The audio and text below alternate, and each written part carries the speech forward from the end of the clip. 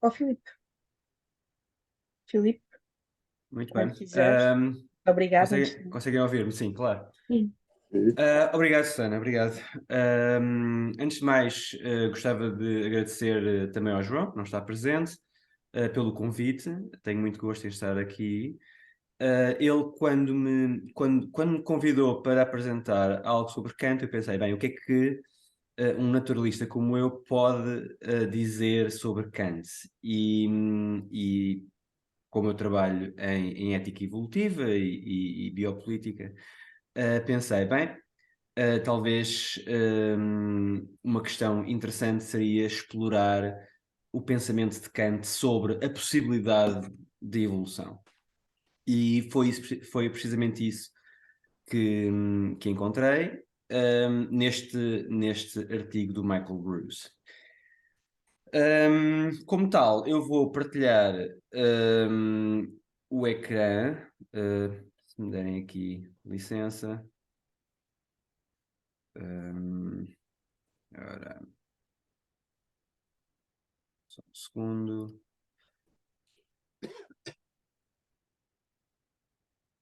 Ora, conseguem ver? Sim.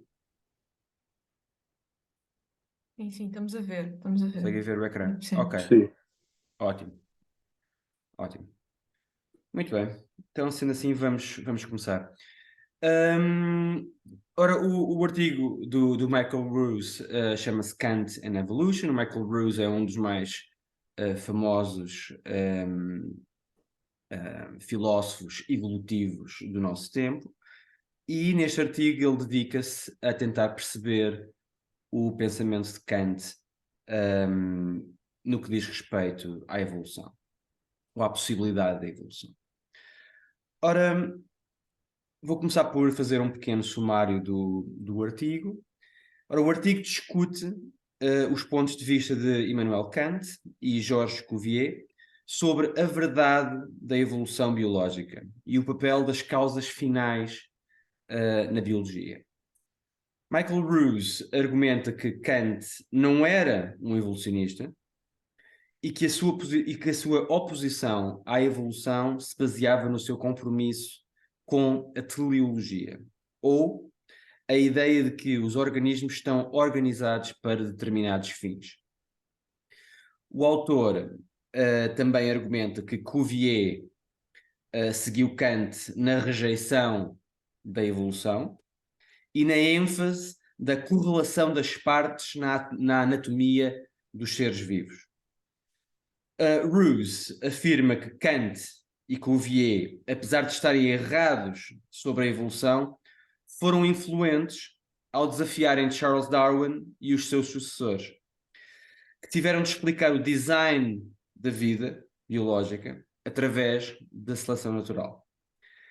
O autor, Michael Ruse, conclui que a filosofia da biologia de Kant contribuiu para a compreensão contemporânea da evolução da vida, porque analisa a causalidade final.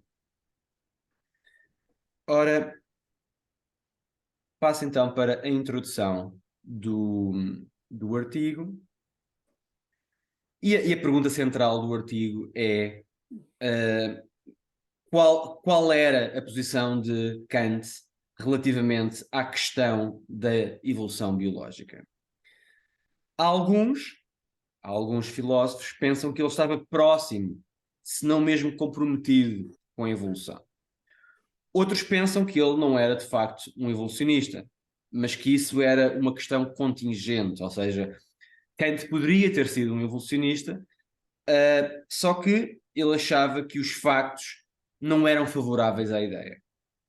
E ainda outros filósofos, e Ruse é um deles, pensam que Kant não era um evolucionista de todo e que estava fundamentalmente oposto, em oposição à evolução, e que a sua oposição era profunda e teórica.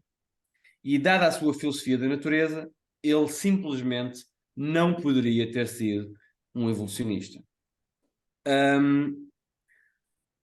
Ora, Rousse começa por nos dizer que o pensamento de Kant influenciou outros, nomeadamente o anatomista comparativo francês de formação alemã, Georges Cuvier, que é conhecido como o maior de todos os opositores do pensamento evolutivo.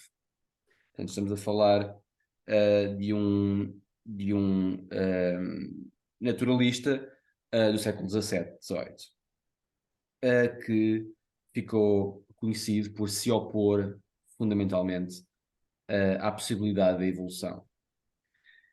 E uma vez que Charles Darwin levou muito a sério as preocupações de Cuvier, aceitando a situação, aceitando o problema de Cuvier, embora negando o seu nihilismo, é plausível dizer que o pensamento de Kant foi um fator na formulação da teoria causal da evolução que quase todos os biólogos hoje em dia defendem. Ora, passamos assim para a posição de Kant sobre os organismos. Ora, na tradição que remonta a Aristóteles, Kant considerou que a característica significativa dos organismos, dos seres vivos, é o facto de estarem organizados. Eles e as suas partes parecem ter sido criadas para fins de sobrevivência e reprodução. Por outras palavras, os organismos exigem uma explicação em termos de causas finais. Ou seja, eles parecem demasiado bem organizados para determinados fins para que pudessem ter evoluído de uma forma aleatória. No entanto, Kant percebeu-se que as causas finais são problemáticas em ciência.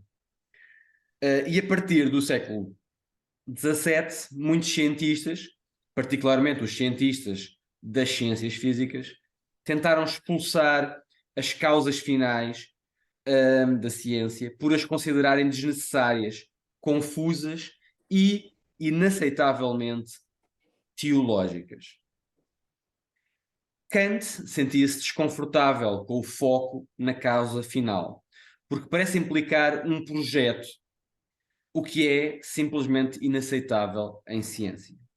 Só nos é permitido falar em termos de causas materiais ou mecânicas. Mas Kant reconheceu que não podemos prescindir do pensamento da causa final. Heuristicamente falando, em biologia, a teleologia é absolutamente essencial. Precisamos sempre da máxima de que um produto natural organizado é aquele em que cada parte é reciprocamente fim e meio. Simplesmente não podemos fazer biologia sem assumir causas finais. Ou seja, é do conhecimento geral que os cientistas que dissecam plantas e animais, procurando investigar a sua estrutura e ver o fim para o qual são fornecidos, com tais e tais partes, porque é que as partes têm tal e tal posição, tal e tal ligação, e porque é que a forma interna é precisamente o que é. Os cientistas adotam a máxima, esta máxima, como absolutamente necessária. Dito de uma forma mais simples, os cientistas não podem fazer biologia de outra forma, porque o pensamento teleológico não é um luxo em biologia, é uma necessidade. É a forma como a ciência biológica funciona. Assim, como resolver o problema? A que Kant chamou antinomia, da necessidade de usar o discurso da causa final, da causalidade final, e, no entanto, conhecer que o discurso da causa final é inaceitável na ciência física ou em qualquer ciência que pretenda falar da realidade objetiva. E é aqui que entra em jogo a metafísica kantiana. Agora só um segundo. É aqui que entra em jogo a metafísica kantiana. Fenomenologicamente, ao nível dos fenómenos, não vemos qualquer concepção na natureza, mas nominalmente é possível que haja concepção. Ou seja, Deus pode estar por trás de tudo, mas isso é para as coisas em si mesmas e não para o mundo dos fenómenos tal como o conhecemos. E a ciência lida essencialmente com o mundo dos fenómenos. Mas o que pensava Kant exatamente sobre a evolução? Ora, Michael Ruse defende que Kant não era apenas um opositor da evolução. Era teoricamente muito contrário a essa ideia. Isso deve-se precisamente ao seu empenhamento na adaptação e nas causas finais.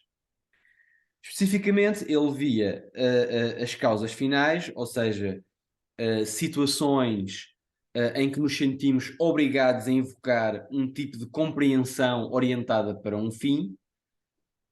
Ele via as causas finais como uma barreira ao verdadeiro pensamento evolutivo. Isto não significa que não possa haver objetivamente uma causa final sem desígnio, ou seja, sem um desígnio, sem uma criação. Pois isso pressuporia saber o que não podemos saber. O que isto significa, na realidade, é que nós próprios, ao nível do fenómeno, não podemos esperar obter uma explicação mecânica. Ou seja, mesmo ao nível do fenómeno, a evolução seria falsa porque não podemos esperar uma explicação mecânica destes fenómenos. Curiosamente, Kant pensava que as transformações dos organismos, estes isomorfismos entre as partes de diferentes organismos, apontavam na direção da evolução. Ele suspeitava que existe um parentesco efetivo entre os seres vivos, devido à descendência de um progenitor comum. Mas em última análise, ele conclui que estas ligações são todas ideais, são ligações em teoria, mas não na realidade. Não há, de facto, descendência comum. Para Kant, a evolução não é verdadeira, diz-nos Michael Ruse. Na linguagem do próprio Kant, não há nada a priori contraditório na ideia de evolução orgânica. É logicamente possível que os animais se movam da água para os pântanos e daí para a terra, mudando e adaptando-se à medida que avançam. Uma tal noção de evolução não é, a priori, não é como um quadrado redondo que nunca poderia existir. Mesmo em princípio. No entanto, os factos da natureza, considera Kant, os factos da natureza vão contra a evolução. Kant deixou claro que o problema da evolução é mais do que algo meramente contingente. A evolução pode não ser uma impossibilidade lógica, mas vai contra o pensamento da causa final, que usamos em biologia. Ora, os organismos estão organizados da forma como estão, e passar de uma espécie para outra perturbaria esta organização de uma forma fatal para os intermediários. Ou seja, de uma forma mais clara, para Kant era demasiado improvável que existissem coelhos, gatos e outras espécies que até podem parecer semelhantes, mas que em última instância não podem ser produtos de evolução, porque elas são demasiado distintas e têm fins muito específicos em si mesmo, que indica que as espécies não podem ter evoluído. Ora, Kant não era o mais claro dos escritores, diz-nos Michael Ruse. Mas a ideia básica dele é clara. Ou aceitamos a evolução ou a causalidade final. Ou é uma ou é outra. e ele considerava que a causalidade final ganha. E como tal, culmina a rejeitar a evolução.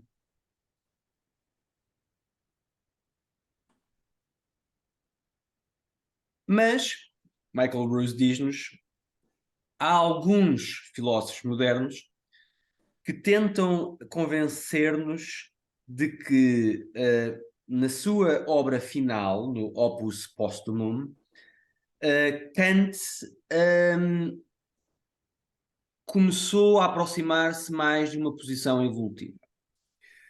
Ora, quanto a esta última obra inacabada,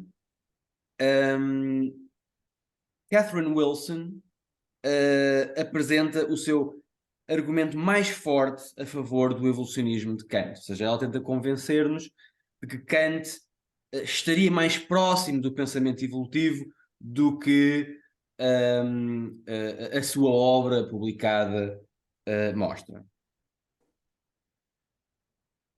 Ora, nesta obra, para começar, descobrimos que Kant conhecia a obra evolucionista Zoonomia, de Erasmus Darwin, que era o avô de Charles Darwin.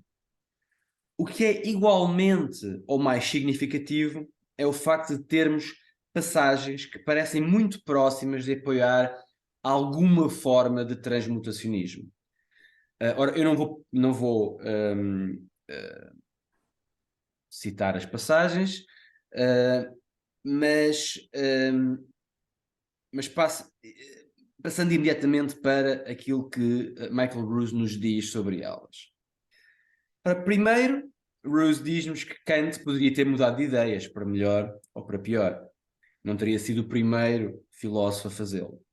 Em segundo lugar, mesmo que as passagens representem uma reviravolta total para Kant, não afetam o curso subsequente da história. Esta obra ficou por publicar durante muitas décadas e só no século XX começaram a aparecer boas edições, e em inglês apenas há 10 anos. Historicamente, a obra e o seu conteúdo são irrelevantes. E em terceiro lugar, Michael Ruse não está de todo convencido que representem de facto uma reviravolta. Não está convencido que Kant se torne agora num evolucionista. E se me permitem, também me parece que, de facto, estas passagens não apoiam a ideia de que Kant, na sua fase final da vida, se tenha transformado num evolucionista. A referência de Kant à zoonomia parece ser sobre a natureza teleológica dos organismos e não sobre a sua evolução. Aparentemente, Erasmus Darwin estimula Kant a pensar em corpos orgânicos, cada parte dos quais existe por causa de outra, e cuja existência só pode ser pensada num sistema de fins, de que deve ter uma causa imaterial. Kant, aqui, ou seja, ao ter alguma simpatia por uma ideia de evolução, faz o que os outros na época também faziam. Schelling, Goethe, Hegel, estes pensadores alemães, eles viam a vida como tendo um impulso ascendente, com manifestações cada vez maiores de formas básicas.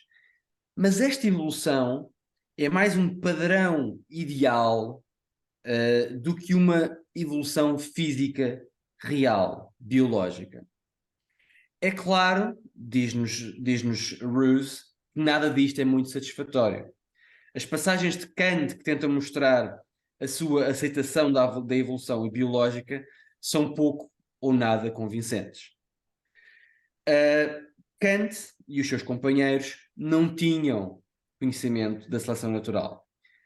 A questão importante aqui é que não se pode considerar que mesmo o velho Kant tenha sido um evolucionista. No entanto, embora o seu pensamento fosse incompleto devido à sua ignorância da ciência necessária, isto não significa que isto não significa negar a importância de Kant, historicamente, ou o valor da sua filosofia da biologia, especialmente tal como ele o expressa na crítica do julgamento.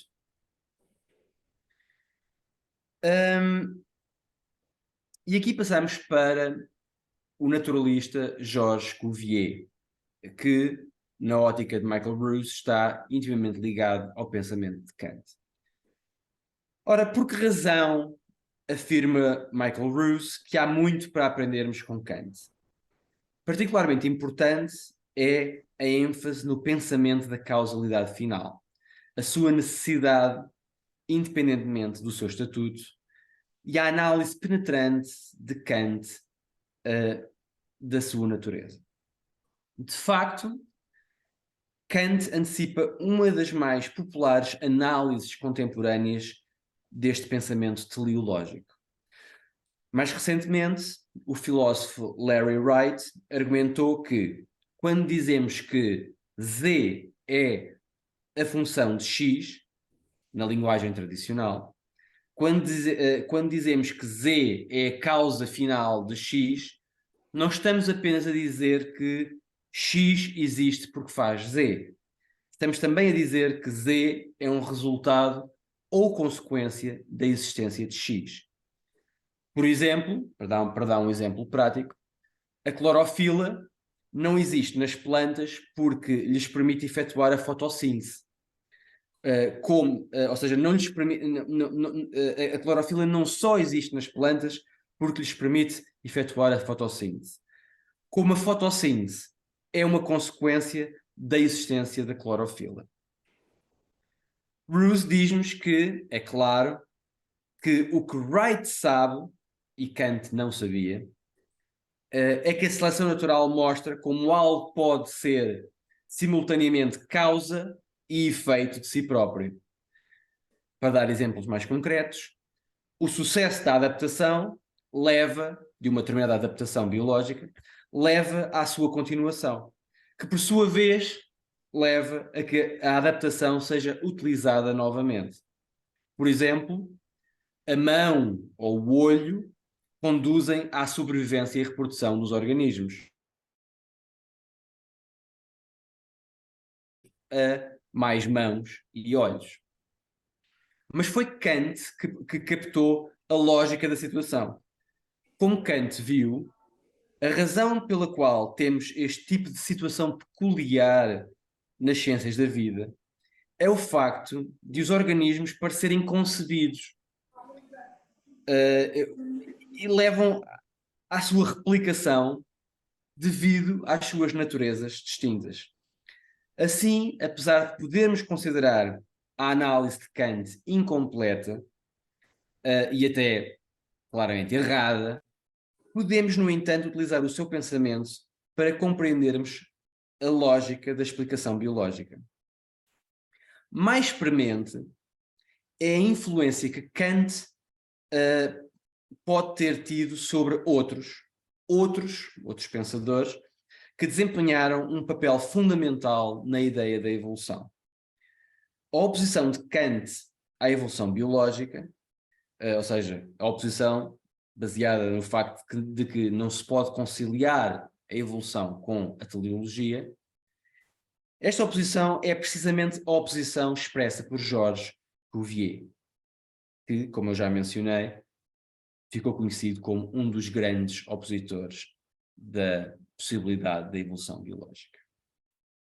Para Cuvier, a chave para compreender o organismo reside no facto de que este não estar simplesmente sujeito às leis físicas da natureza, mas estar bem organizado, com as partes organizadas para o fim todo funcional.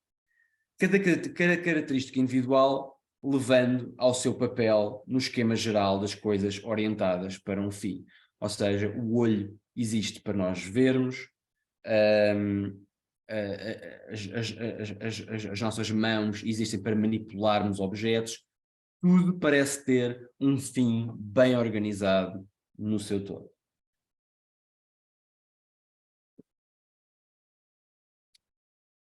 E claro, Cuvier, tal como Kant, era contra a evolução. Este é, portanto, o programa teleológico de Cuvier para o mundo animal. Está muito de acordo com o espírito de Kant, mas há mais do que isso, pois Cuvier estava de acordo com a negação de Kant de que a causalidade final e a evolução pudessem ser defendidas como compatíveis. E os dados empíricos, pelo menos para Cuvier, pareciam suportar essa ideia. Napoleão tinha ido para fazer campanha no Egito e homens e animais mumificados tinham sido devolvidos à França. Mas apesar de serem muito antigos, não havia qualquer vestígio de mudança evolutiva.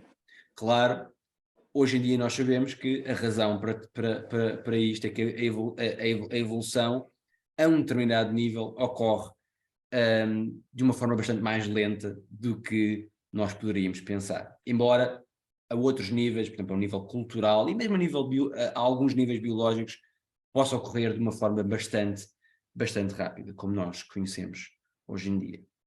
No entanto, seguindo as pisadas de Kant, Cuvier acreditava que era a causalidade final que decretava a impossibilidade da evolução. Tal como o filósofo alemão, Cuvier não conseguia perceber como é que se podia fazer com que a mudança atravessasse a barreira das espécies, os cães, os lobos, os macacos, seres humanos, etc. Como é que se podia atravessar a barreira das espécies sem uma perturbação do organismo demasiado grande para ser perturbada? Ora, hoje em dia nós temos a explicação da biologia evolutiva. As complexidades da adaptação existem especificamente para ajudar o organismo na vida e no papel que ocupa, na ecologia que ocupa. E por isso mesmo, os híbridos, ou seja, as espécies mistas, os híbridos não são nem peixes nem aves, não estão adaptados nem à água nem ao mar e como tal não conseguem sobreviver nem reproduzir-se. Rousse diz-nos que por muito sofisticada que seja a análise de Kant e de Cuvier, esta análise não pode, em última instância, estar correta. O que nos leva à conclusão do artigo. Ora, Rousse diz-nos que Cuvier estava errado sobre a evolução. A evolução acontece, de facto, como nós hoje sabemos e temos uma quantidade enormíssima de evidência que nos mostra que tal é verdade. Mas seguindo Kant, Cuvier tinha razão em sublinhar a natureza do mundo semelhante ao design, mesmo ao ponto de o levar a negar a possibilidade de mudança orgânica. Seguindo Kant, ele tinha razão em sublinhar que o design não é uma coisa contingente, que a natureza possa mostrar irrelevante, mas sim algo que faz parte profunda da nossa compreensão do mundo orgânico e que constitui uma barreira real às teorias da mudança. Foi, claro está, o gênio de Darwin os problemas que deviam ser respondidos, como foi também o gênio de Charles Darwin que encontrou a solução, a seleção natural. A causalidade final era uma barreira às teorias da mudança. Como já o era, aliás, em Aristóteles, e neste caso Kant não diferia muito da posição aristotélica. Ora, a causalidade final era uma barreira às teorias da mudança, e Darwin quebrou essa barreira. E isto leva-nos de volta a Charles Darwin. E Michael Rousse termina o seu artigo com uma frase emblemática. Ele diz-nos: tal como Moisés, Kant nunca chegou a entrar na Terra Prometida, mas conduziu-nos às fronteiras. E pronto, e ficamos por aqui. Espero que tenham achado o artigo interessante e podemos passar agora para a discussão. Obrigada, Filipe. Muito obrigada pela apresentação. Foi de facto interessante, sim, é de facto interessante o artigo, por isso podemos começar com perguntas. Quem é que tem alguma pergunta para o Filipe?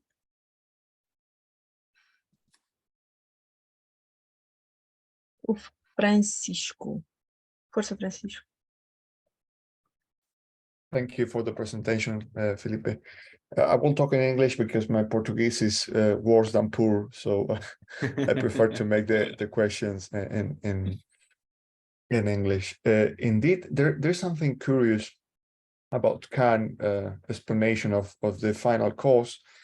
That is that he's not talking about the final cause in a way that could be useful to an evolutionist or someone that Darwin that undertake a new theory or builds a new theory from anew. Indeed, what I do not see clear is the kind of contribution that we can think that Kant did to authors like Darwin and their followers, because the very idea of final cause is just not opposed to evolution, but it's a way of going to wrong paths or wrong explanations about how biological phenomena can be understood in scientific terms, because the final cause is like a trick, it's like a logical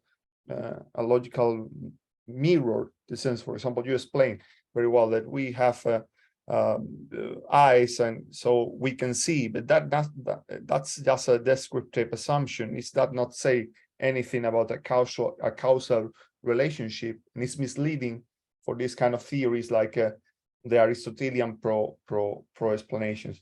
But what I do not see, and I don't know if you can clarify something about what is the contribution that you think that Kant made precisely to authors as Darwin and his followers to elaborate a theory that is an evolutionist theory, because I do not see clear this point, this connection.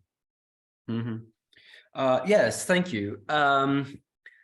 Well, I'm not a specialist in Kant, so I'm not entirely sure if I can point to passages or to specific passages where he can clarify this point. But it seems to be consensual in Roos. I already read, well, of course, in this case, I presented Michael Roos's paper, but I already read other authors about this topic, and there is a certain consensus about. So I brought Michael Roos because Michael Roos's position is more consensual among evolutionary thinkers or evolutionary philosophers. So following this line of thought, following this consensus, Kant was not actually bringing something new to the table in terms of final causation. He was, in that sense, very much an Aristotelian. But what he did in relation to Aristotle was that he considered the possibility of evolution. So he was writing at a time where evolutionary ideas were already on the table. We still didn't have natural selection, so Darwin broke that puzzle, or sorry, he solved that puzzle. But the idea of evolution was already on the table, and Kant was already dealing with that idea, and that is somehow different from Aristotle. So he had to, when he focused on final causes, he was already thinking about the possibility of evolution, and that makes it relevant because then other authors like Cuvier, other naturalists that were thinking about this issue, took Kant's analysis into consideration, and that is how Kant was influential in relation to evolution and final causes and the relationship between the two, because the biggest obstacle to the idea of evolution was precisely that the biological world is too well organized. When we study it, it is very clear what things do and what their ends are. It's very clear that the beaks of birds exist for a purpose, and we can study that purpose. So it was very hard to understand how species would go from one to the other and still think in terms of final causation. So in relation to Aristotle, Kant focused on this issue because there were already these challenges, these evolutionary challenges on top of the table, which forced him to think about the situation. And he did an interesting job by clarifying, as a philosopher, of course, by clarifying what was at stake, and that influenced the following naturalists, the naturalists that came after him. Ok, obrigada. Mas há uma questão? Professor António Marques. Olá, Filipe. Muito obrigado pela sua exposição. É realmente um texto muito interessante e realmente, enfim, coloca várias questões a uma leitura atual da crítica à teleologia do Kant, e parece-me, basicamente, concordo com a perspectiva do autor. Havia assim dois pontos, talvez, que eu gostasse, havia muito mais, claro, mas gostava assim de salientar, gostava de saber qual era a sua opinião. Não sei até que ponto é que essa alternativa radical entre finalidade, por isso, causalidade final, e evolução, ou teleologia e evolução, é assim tão clara como isso tudo. Nos textos do Kant, estou a referir-me sobretudo à terceira crítica, porque, de alguma forma, aquilo que o Kant afirma convictamente é que só podemos compreender um organismo enquanto que totalidade, enquanto que interação entre todo e partes, utilizando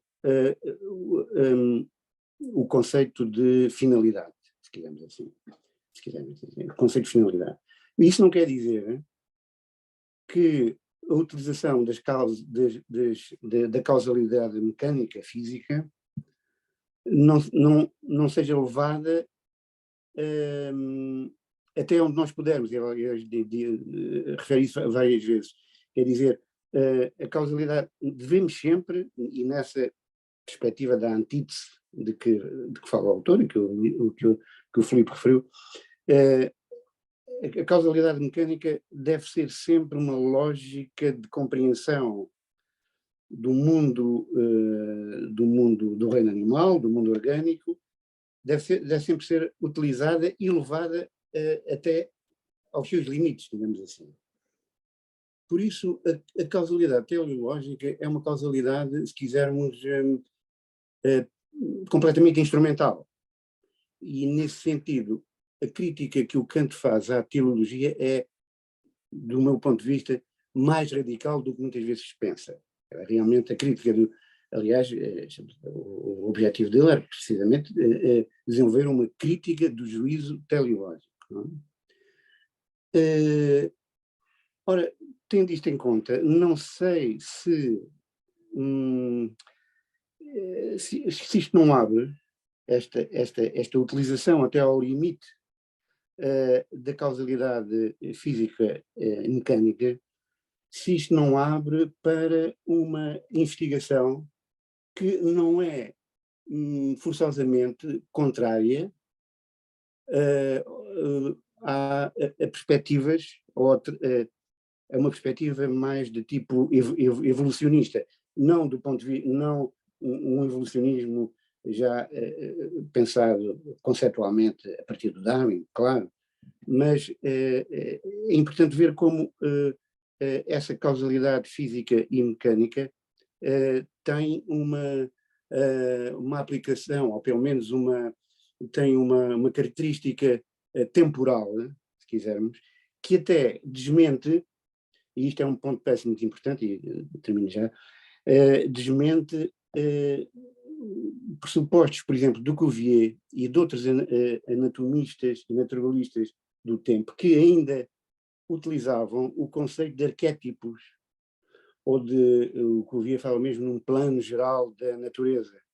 Ora, isso eu acho que precisamente a crítica da teleologia em Kant, digamos, entra em ruptura, se quisermos, com este preconceito, se quisermos, da existência, que aliás era partilhada por outros naturalistas da altura, como por exemplo o Goethe, não é? Que não se libertaram, entre aspas, do quadro precisamente de um pensamento arquetipal, de arquétipos. E por isso a perspectiva do Kant, na sua antítese da teleologia do pensamento ou da lógica teleológica contra, digamos assim, a lógica causal mecânica, parece-me que permite precisamente ao fazer essa ruptura, permite encontrar uma linha do tempo, não é?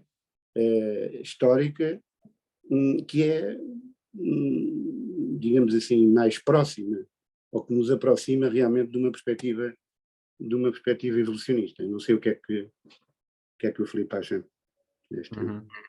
Obrigado, professor Marcos.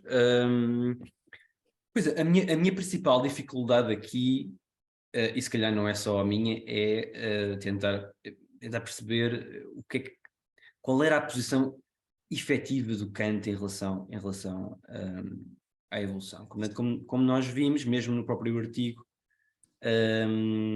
o Michael Ruse, apesar de ter apresentar uma análise que é a análise dominante, ele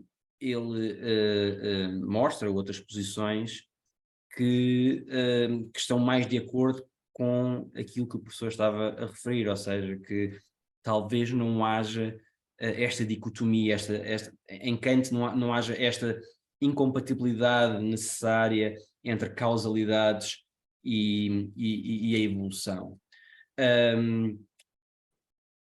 A minha dificuldade é que para tentar ter uma posição informada sobre a questão, eu teria de investigar a fundo a questão e não o fiz. Não o fiz, não ser obviamente um especialista em Kant, e teria de o fazer para ter uma posição mais informada, porque ao fim e ao cabo uma coisa é nós termos a nossa análise em relação ao tema em si, e outra coisa é saber o que é que Kant de facto queria dizer com determinadas posições. E como tal, é possível que Kant ou que a posição de Kant não seja assim tão clara como Ruse a apresentou. Agora, também me parece provável, e aqui tenho que falar em termos de probabilidades, também me parece provável que Kant tivesse alguma resistência em relação a essa compatibilidade. Ou seja, e aqui parece-me que Ruse tem alguma razão quando fala da metafísica de Kant e da forma como a análise dos fenómenos interage com a sua metafísica geral, e que não o iria predispor a aceitar uma evolução que fosse cega, ou seja, uma evolução que funcionasse como na base da seleção natural. Não estou a dizer que a evolução com base na seleção natural seja necessariamente cega, até porque a minha posição, contrariamente a alguns evolucionistas, é de que a evolução não é cega, mas é padronizada, e é isso que os modelos evolutivos nos mostram, ou seja, que a evolução, que nós conseguimos perceber os padrões da evolução e que mesmo através da seleção natural conseguimos perceber que há uma certa... talvez não devo usar a palavra direção, mas que há padrões reconhecíveis que nós conseguimos perceber na evolução e que, de alguma forma, nos permitem até prever como é que determinados organismos vão evoluir. Portanto, parece-me que Kant estaria em oposição à ideia de evolução cega, ou seja, a ideia de uma evolução que fosse completamente desprovida de design, porque os dados empíricos, mesmo na altura de Kant, já indicavam, aliás, já em Aristóteles, já indicavam que o mundo biológico estava muito bem organizado. Agora, de facto, parece-me plausível que Kant não fosse um evolucionista no sentido em que nós usamos o termo. Aí aliás, sim. parece-me que há uma espécie de metafísica escondida realmente em algum raciocínio no raciocínio do Kant, não é? Sim. Porque no fundo o conceito de finalidade é um bocado emprestado a uma racionalidade prática, quase que, enfim, ética, não é? Isso é verdade, acho que sim, de facto. Sim. Penso que sim. E como tal, parece-me que a conclusão do Michael Ruse não está muito longe da realidade. Kant não era um evolucionista, muito menos no sentido em que nós entendemos a evolução. Mas parece-me plausível aquilo que ele diz, ou seja, que a análise da causalidade que Kant faz influenciou muitos naturalistas posteriormente. Parece-me que também é plausível.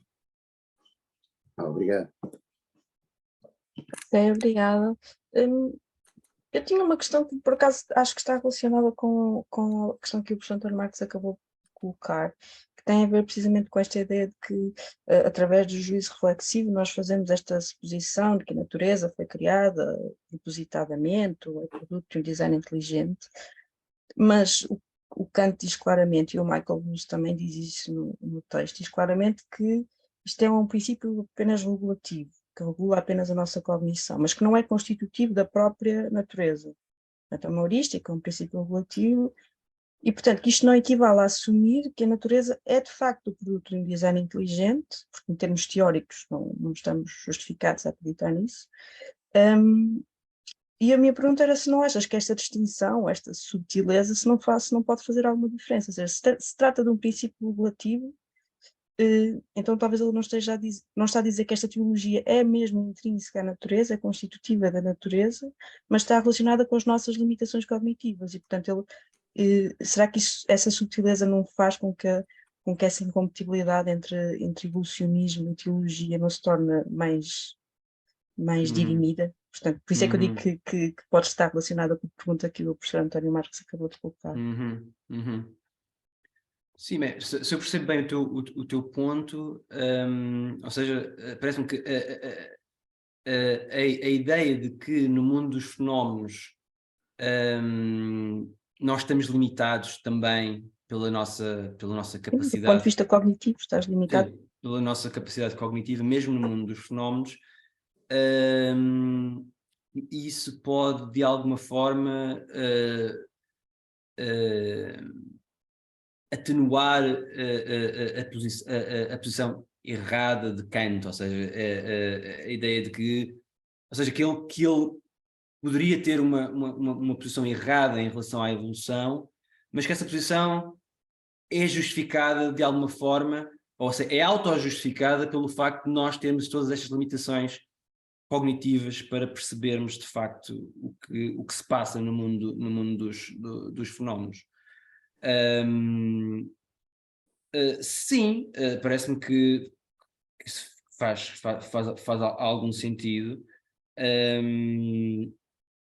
No entanto, claro, os naturalistas preferem pensar que as limitações que nós temos no mundo dos fenómenos são limitações epistémicas, ou seja, mais do que limitações cognitivas, são limitações epistémicas que nós temos ou poderemos eventualmente ter, se evoluirmos nessa direção, capacidades para percebermos o mundo dos fenómenos de uma forma mais correta. Portanto, os naturalistas aqui iriam diferir um pouco de Kant, não que eles pensem que nós temos neste momento já todas as capacidades para percebermos bem o mundo dos fenómenos, mas que temos esse potencial, mesmo do ponto de vista evolutivo, temos o potencial para adquirirmos maiores capacidades cognitivas, maiores capacidades para percebermos o mundo, etc, etc. Ou seja, que não é algo que nos esteja vedado à partida. E neste caso, pensando do ponto de vista dos naturalistas, acho que eles diriam algo como, ok, essa posição atenua o erro de Kant, mas a própria posição é uma posição discutível, obviamente, se nós neste momento temos boas razões para acreditar que a seleção natural é real, então Kant, ao negar a evolução no seu todo, se é que de facto ele o estava a fazer, estaria em enverdar por um caminho errado, mesmo considerando que nós somos criaturas limitadas a esse nível. Portanto, isto seria talvez a perspectiva de naturalistas como o Michael Bruce, por exemplo. Agora, lá está, se atenua, se não atenua, acho que aí iria depender mesmo da pessoa que esteja a analisar o fenómeno. O fenómeno, neste caso, a situação. Uhum. Obrigada. E mais perguntas para o Filipe? Ed? Desculpa, não sei se suponho que seja Eduardo, não sei. Ed? Sim, a dificuldade para mim é entender como o Kant combina o conceito da formação da Terra e o conceito de organismos que não mudam. Mas daria o mesmo problema com todas as espécies que não mudam, que são todas. E esse problema também aparece no artigo no conceito de generatio equívoca. Em outras palavras, a oposição entre evolução e finalidade parece ser tão forte como a oposição entre organismo e a formação da Terra. E eu não entendo, principalmente quando eu penso na origem da espécie humana, mas também funcionaria para a espécie de gata, qualquer coisa. Quando temos uma terra que vem desse povo original no universo. Como é que o Kant entende essas duas ideias no mesmo instante? Uhum. Obrigado. Eu não estou certo que tenha percebido exatamente a questão, mas aquilo que me pareceu foi que o Ed estava a aludir à compatibilidade entre a forma como o mundo físico está organizado e a forma como o mundo biológico está organizado. E segundo Kant, e parece que Kant estava bastante mais aberto à ideia de que o mundo físico estaria organizado através de átomos, através de concentração de moléculas, mas no mundo biológico focava-se muito mais na lógica da causalidade e como tal parece que há aqui uma certa diferença entre o mundo físico e a forma como ele está organizado e o mundo biológico, que apesar da biologia pertencer ao mundo físico, opera de uma forma ligeiramente diferente, ou pelo menos nós conseguimos perceber que o mundo biológico opera de uma forma, tem dinâmicas diferentes daquilo que nós entendemos em física. Eu não sei como Kant iria compatibilizar, ou como é que ele compatibiliza estas duas posições, ou se de facto ele se debruçou sobre essa compatibilidade.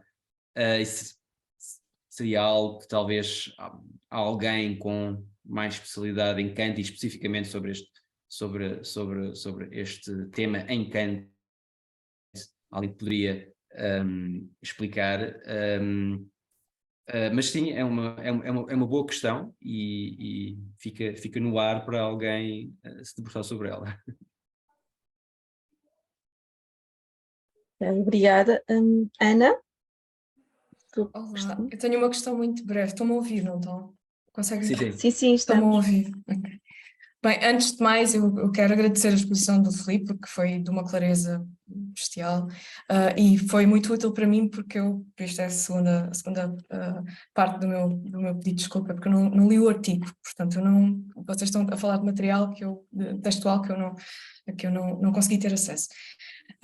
Mas justamente porque segui a exposição do Filipe e foi tão claro, acho que fiquei mais ou menos a par das ideias principais do texto do Rove, não é?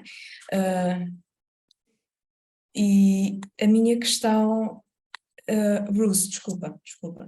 Portanto, eu não conheço o artigo e não conheço o autor, mas a minha questão para os naturalistas, mas para ti, Filipe, muito especificamente, é como é que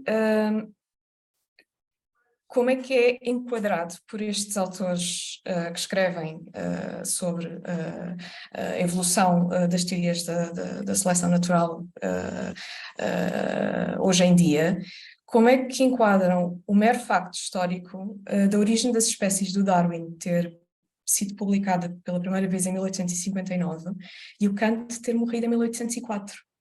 Porque uma coisa, parece-me, é de alguma maneira criticar em termos de retrospectiva histórica o Kant por não antecipar as teorias da seleção natural, não é?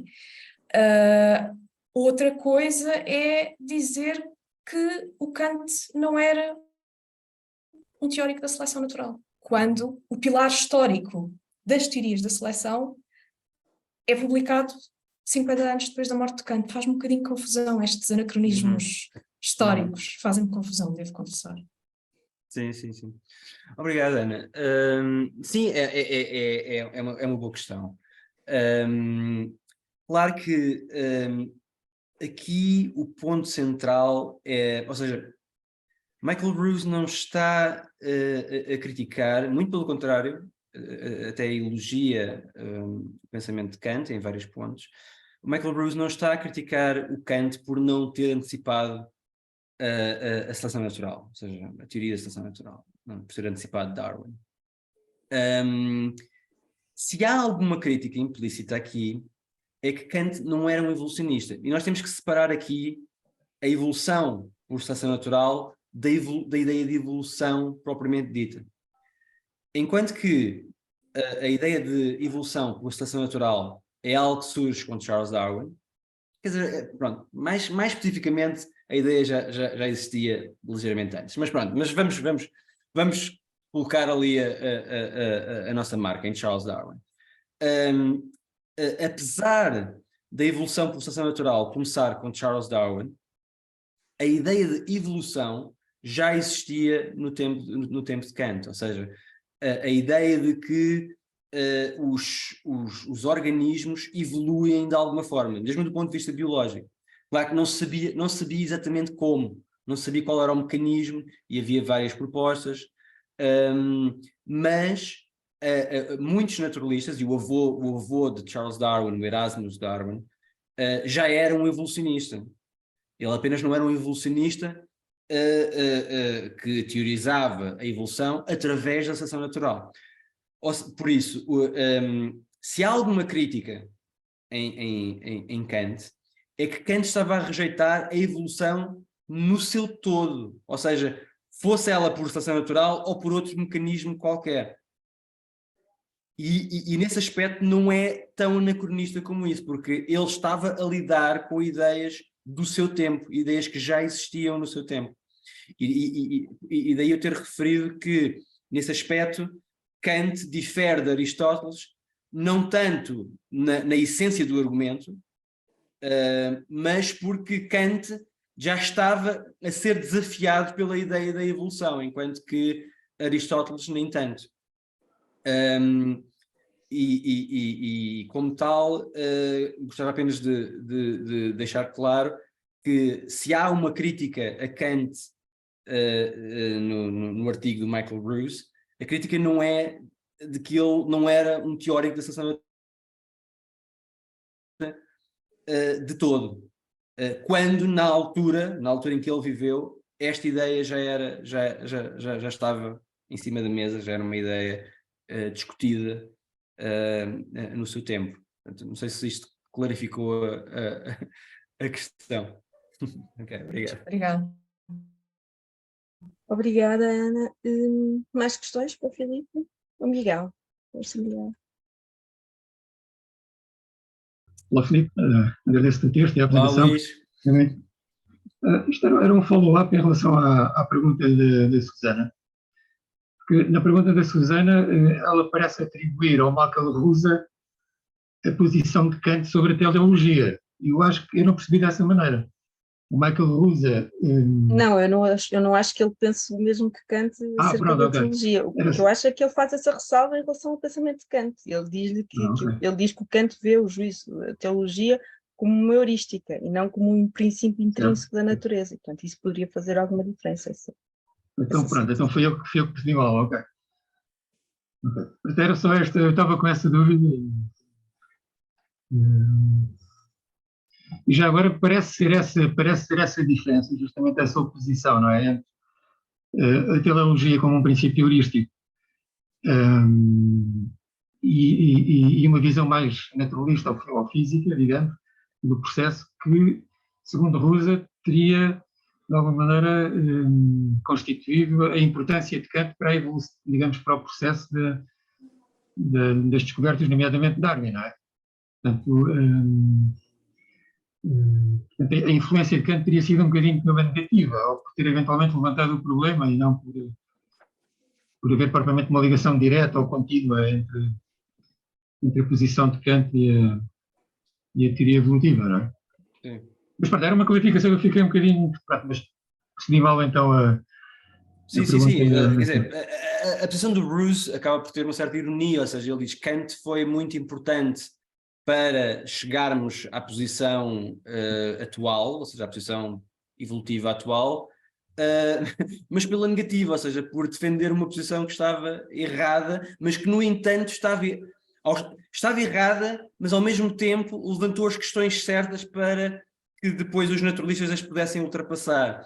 E aqui a ideia é que a filosofia se faz precisamente desta forma. e que isto é inevitável. Alguém tem que levantar o problema para que depois outros possam resolver esse problema de uma forma melhor. Mesmo que as pessoas que levantam o problema não estejam certas. É paradoxal, mas esta foi a posição do Michael Bruce. Já agora, desculpe, só um ponto, é rápido. O que me parece é que, a determinada altura, somos levados a ter que esclarecer o que é que se entende por evolução ou evolucionismo, Exato. de um modo mais geral, e não especificamente o evolucionismo darwinista. Porque se diz que o Kant era anti-evolucionista ou anti-evolução, francamente, isso parece-me que é desmentido em muitas passagens, ou muitos textos, por exemplo, da crítica da faculdade de julgar. Por exemplo, quando ele, no parágrafo 80, mas isto é só um exemplo, fala no arqueólogo da natureza que se deve fazer livre de fazer surgir aquela grande família de criaturas, daqueles vestígios que persistiram das suas mais antigas revoluções, segundo todo o mecanismo dessa natureza, pois ele pode deixar, etc, etc. Depois, isso quer dizer, eu acho que aí a perspectiva segundo a qual o Kant não conseguiu sair dos quadros rígidos de um pensamento anti-evolucionista, francamente acho que não é sustentável nos textos.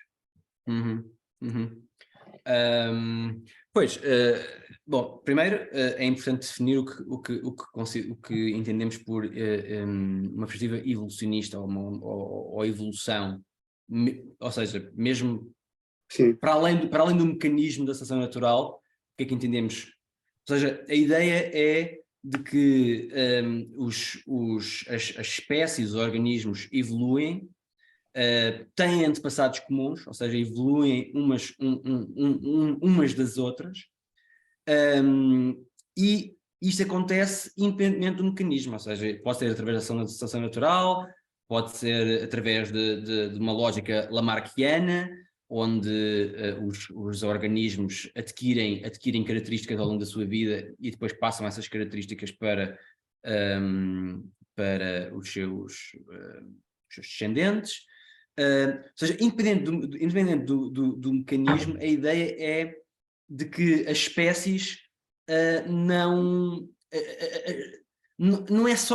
é só que elas mudam, mas mudam de uma determinada forma com antepassados comuns. Ou seja, que há uma árvore genealógica de onde determinadas espécies onde determinadas espécies estão ligadas e umas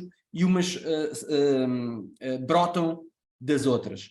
Portanto, é o que ele diz no parágrafo 80, por exemplo. Ok, pronto, e aqui é o tal debate, não é verdade? Aqui estamos a falar do debate que o Michael Ruse apresenta logo no início, que é de que algumas pessoas acham que algumas passagens de Kant indicam que ele não estaria de todo em oposição à evolução. Mas depois temos os autores que acham que essas passagens não são suficientes para contradizer as outras passagens em que ele é mais claro em relação à impossibilidade da evolução. Agora, eu estou numa posição um pouco ingrata porque não conhecendo todas as passagens e não tendo a possibilidade de fazer a comparação entre todas as passagens, não posso traçar o meu juízo. No entanto, há sempre a possibilidade de que Kant não foi claro o suficiente, e se ele tivesse sido claro o suficiente, nós sabíamos exatamente o que ele queria dizer, não é? E não estaríamos aqui a discutir. Bem, há quem ache que isso é uma virtude e não pronto, mas lá está. Lá está, mas eu percebo perfeitamente a sua posição, claro. Obrigada mais uma vez, Frederico. Olá, obrigado. Eu queria só dar seguimento um bocadinho a esta conversa, porque o que me parece, o que me fez impressão no ensaio também foi algo semelhante com o que nós temos de discutir agora. De certa forma, o nome do ensaio é Kant and Evolution, mas claro, como acabou de ser dito, existem várias teorias da evolução e algumas delas nem sequer apelam à seleção natural.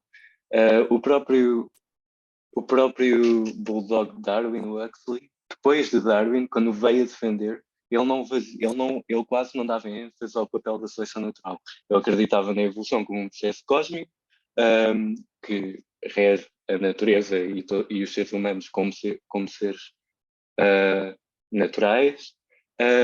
Então este sentido de natureza mais lato, de evolução mais lato, está presente mesmo naqueles que defendiam Darwin pós a publicação da Origem das Espécies. E eu acho que era mais interessante pensar no pensamento do Kant e na possível crença do Kant num tipo de evolução neste sentido, não no sentido mais restrito de evolução através de seleção natural. Claro, como a Ana disse, é um tipo de comparação que parece ingrata, não é? Penso que o artigo teria sido mais interessante se o Russo tivesse focado talvez nas teorias prévias da evolução ao Darwin. Claro que a comparação ia sempre ser feita. Darwin foi o autor fulcral da teoria da evolução, mas talvez tivesse feito mais sentido compará-lo mais diretamente com outros pensadores e não estar a fazer uma equivalência imediata entre evolução a teoria darwinista, que me parece que é um bocadinho que está a acontecer no artigo do Michael Ruth e que me parece claro que, tendo em conta a biografia que eu já li do Michael Ruth, ele foca-se sobretudo no pensamento darwinista e não necessariamente no pensamento evolucionista em sentido mais claro. Uhum. Sim, aliás, o artigo é sobre evolução biológica, não é necessariamente sobre o que é que Kant pensava sobre a evolução biológica através da seleção natural. E ele salienta, a dada altura, no artigo, que Kant, tal como outros autores alemães, como Hegel, Schelling, etc.,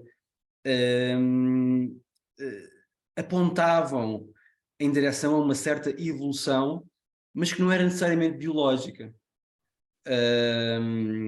Mas obviamente que para um naturalista como o Michael Ruse isso é insatisfatório, ou seja, não é algo a que nós possamos chamar de evolução num sentido mais robusto do termo.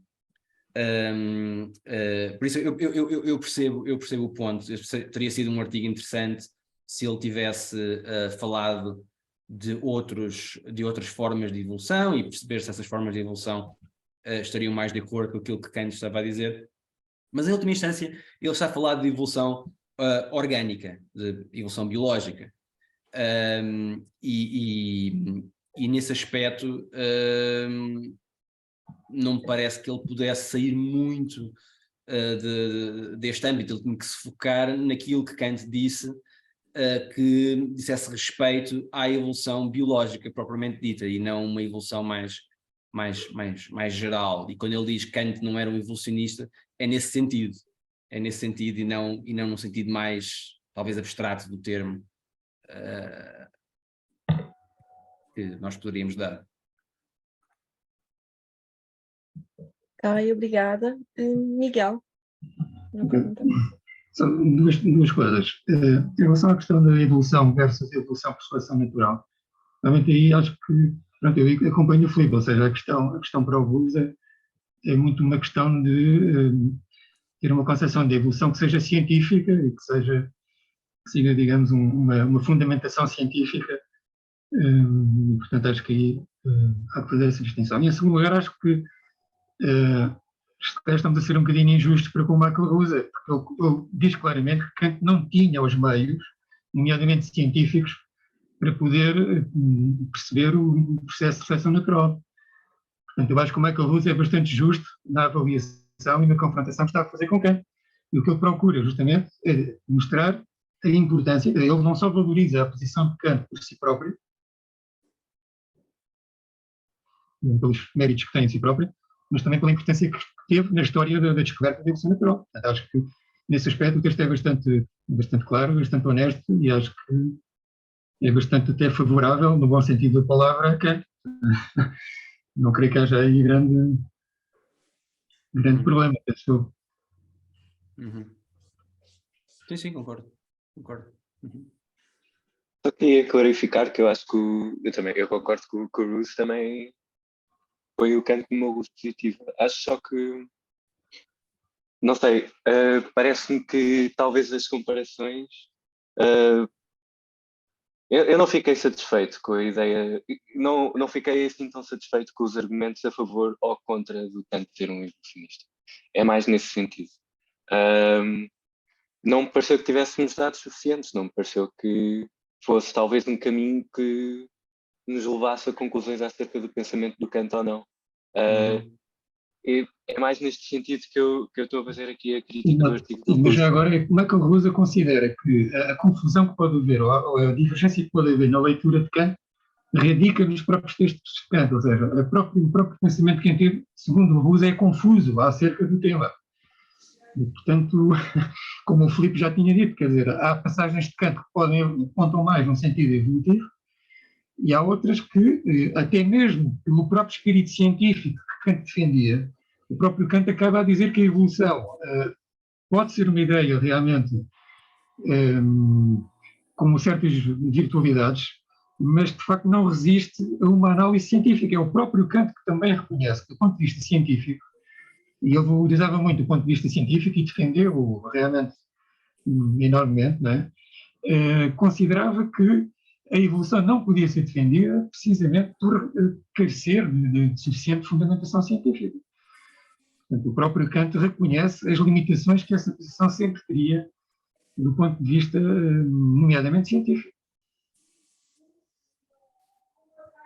Sim, parece-me que aqui eu concordo com o Frederico que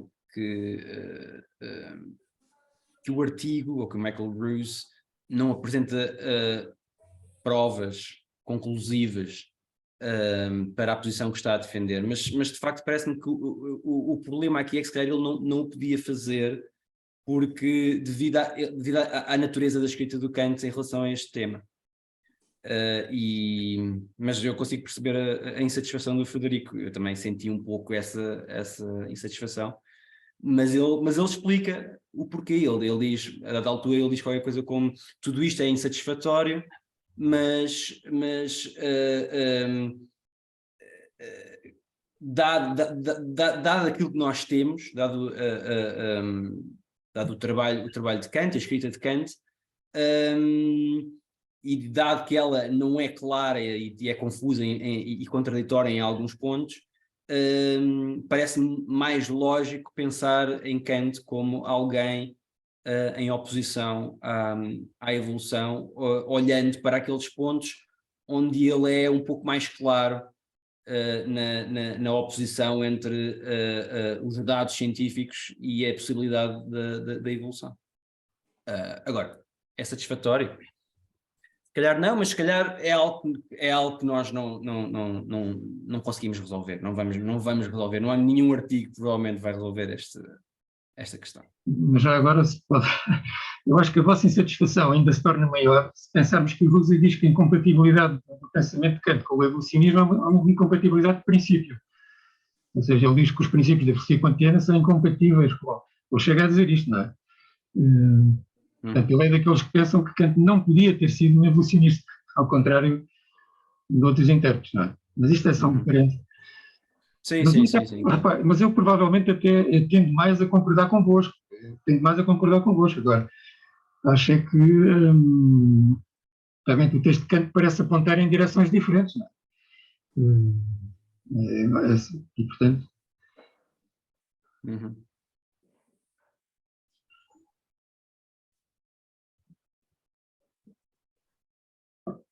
Ok,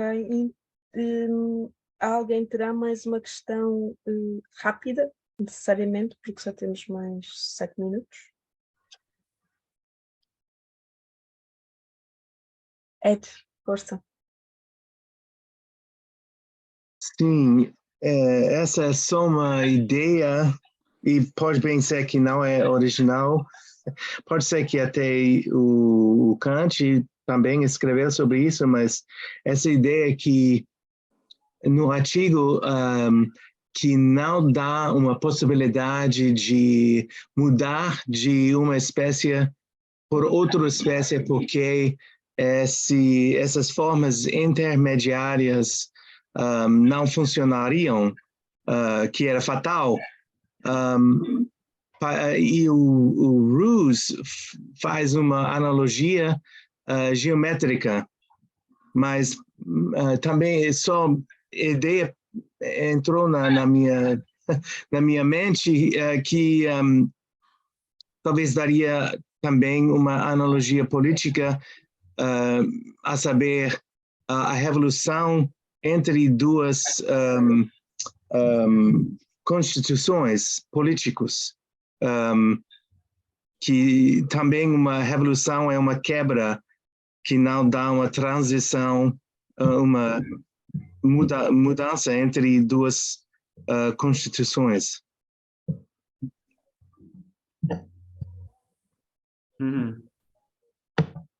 Sim,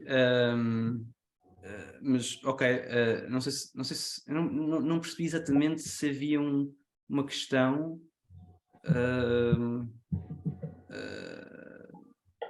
a analogia entre a evolução biológica e a questão das espécies híbridas não terem capacidade para sobreviver e depois a evolução, a revolução constitucional parece ter sido aludida, ou seja, será que a analogia aqui é que as constituições, quando mudam, precisam de uma revolução bastante maior, que não sei exatamente qual era a questão. Quer dizer, é uma ideia interessante, mas a ideia é que a mudança de um governo por outro governo através de uma revolução significa a morte do primeiro governo. Ok. Mesmo como a mudança entre espécies seria a morte da espécie. Exato, ou seja, a ideia de que dois governos com ideias completamente distintas não iriam coexistir no poder, e portanto há um que tem que sair. Portanto, não, a ideia de que podemos todos misturar-nos de uma forma indiscriminada, essa ideia não é compatível com a lógica da evolução natural. Ou seja, há determinadas características que são mais vantajosas para determinadas ecologias, para determinados contextos do que outras, e provavelmente o mesmo se aplica à lógica política, sim. Pelo menos nesse caso em que uma constituição é uma organização e daí daria um paralelo entre a organização política e a organização biológica. Precisamente que não mudam quando tem uma revolução, mas uma quebra.